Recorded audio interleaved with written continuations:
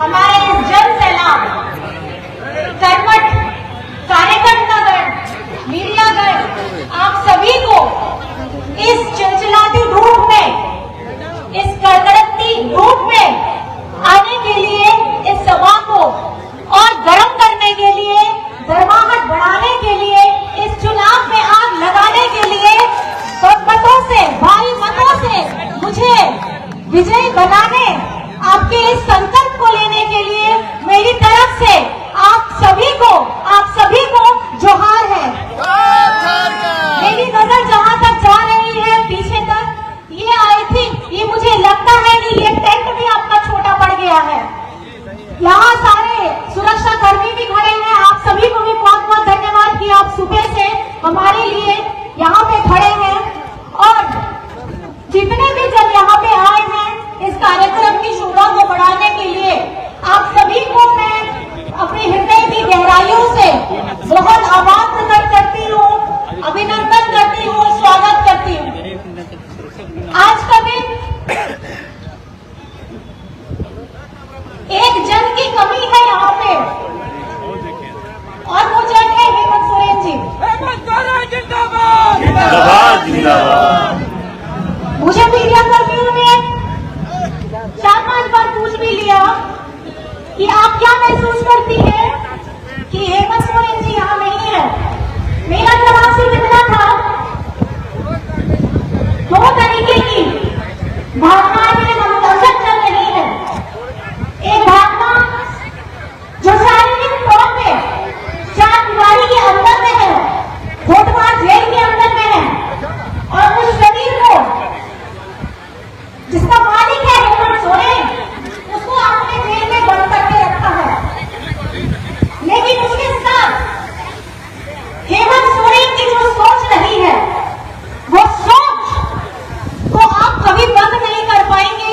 यहाँ एक कर्मठ जन, महिला वर्ग, बेटी, बेटा, बड़े बुजुर्ग जितने भी खड़े हैं यहाँ पे, वो सारे के सारे हेमंत सोरेन में, हेमंत सोरेन की सोच को कोई रोक नहीं सकता। 4 दीवारी तो बहुत छोटी सी चीज है। आप जोर से मेरे साथ नारा लगाइए, हेमंत सोरेन जिंदाबाद, हेमंत सोरेन जिंदाबाद, हेमंत सोरेन जिंदाबाद। जेल का ताला टूटेगा, जेल का ताला टूटेगा। हाथ उठा के बोलिए, जेल का ताला टूटेगा,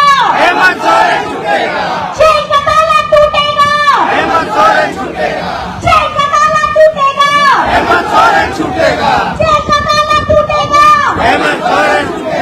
जेल का ताला टूटेगा। आज इस भावना को आप कई महीनों से अपने अंदर में दबा रखे भी होंगे। बहुत चीजें हैं कहने के लिए, लेकिन मेरा यही है आप लोगों से आग्रह, इस भावना को, इस जोश को अपने अंदर में जरूर दबा के रखिएगा। आज भी झारखंड में माता हमारे यहाँ बीच में बैठे हुए हैं, हमारे माननीय, पूजनीय, आदरणीय बिशप गुरु श्री सोरेन जी, जो मैं बहुत भाग्यशाली हूँ कि इनकी आज मैं पुत्रवधू हूँ, और इनके जो विचार है आज उसका पूरा प्रतिबिंब दिखता है हेमंत सोरेन जी के अंदर में। और वो प्रतिबिंब को आज मैं 3 मार्च था, 3 मार्च के बाद में जो मेरे जीवन में परिवर्तन आया है, आज उस परिवर्तन के सहारे मैं यहाँ पे आप लोगों के सामने में खड़ी हूँ। बाबा का आशीर्वाद पाकर के, हेमंत जी का आशीर्वाद पाकर के, इन्होंने मुझे इस लायक सोचा कि गांडे से उपचुनाव के लिए मेरा नाम आगे बढ़ाया गया।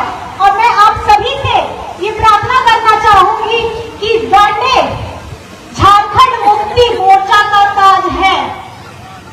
गांडे के साथ साथ गिरिडीह हमारे माननीय बिशप गुरु जी का कल हो भी रहा है।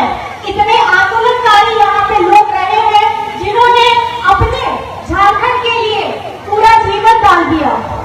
जीवन के साथ पूरा परिवार बिखर जाता है। आज आपको मैं कल्पना सोरेन नजर आ रही हूँ, पीछे में मेरी पूरी सास भी है, बच्चे हैं छोटे मेरे, उसके बावजूद भी जो जिम्मेदारी हेमंत जी के द्वारा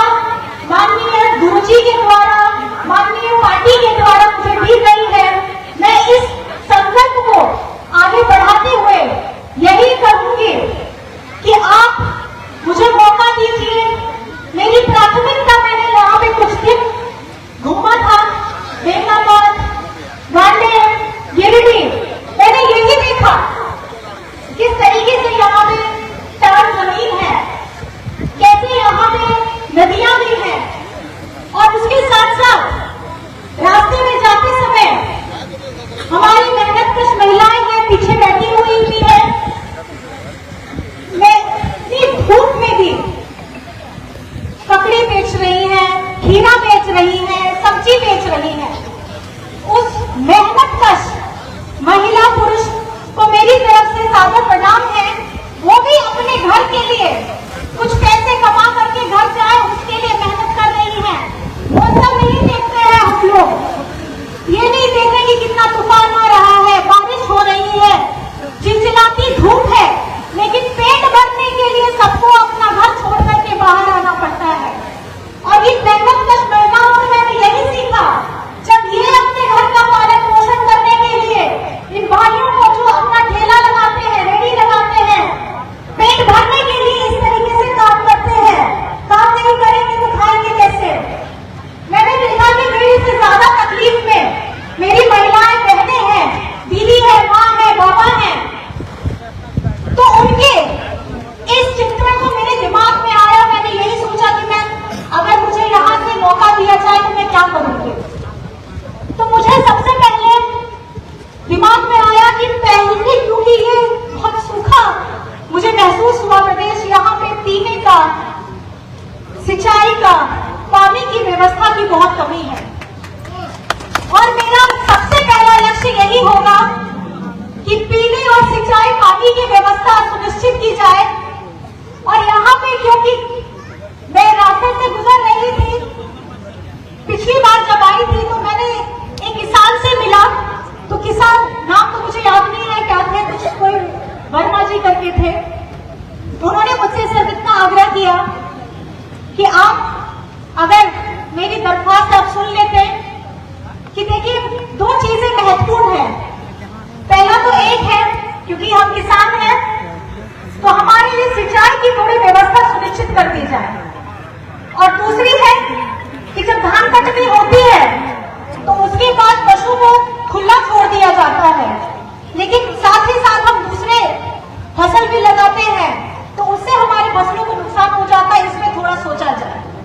तो मैं यही चीज सोचते सोचते आ रही थी कि बहुत सारे काम है यहाँ करने के लिए, पहले भी काम होते आए हैं, लेकिन जिस तरीके से हमारा यहाँ वातावरण बढ़ रहा है, यहाँ पर में जलवायु परिवर्तित हो रहा है, पानी का, बिजली का, आपके बच्चों के लिए पढ़ाई का, इस पे मुझे काम करने का जरूरत है।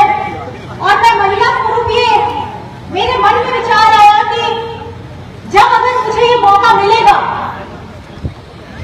तो मैं महिलाओं के लिए, खास करके बच्चियों के लिए एक महिला डिग्री कॉलेज जरूर खुलवाना चाहूंगी। ये मेरी सबसे इच्छा बनी है।